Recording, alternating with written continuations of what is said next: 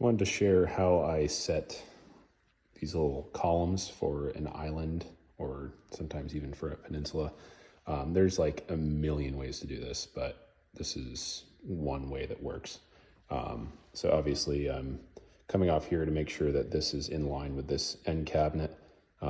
This spacing is 16 inches before the panel goes on.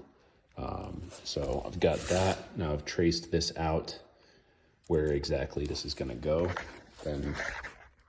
So now I just go ahead and connect my corners. That's where I'm going to drill. Then you are going to drill in your truss lock screw and cut off the top. And you're going to connect those same lines on the bottom of your post. And then you are just going to thread that down on. So this is where it's gonna sit, right where I want it to be.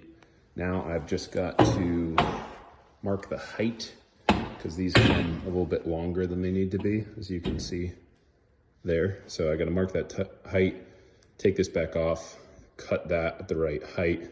Then I can actually put a little bit of glue underneath there, thread this back on, and there you go.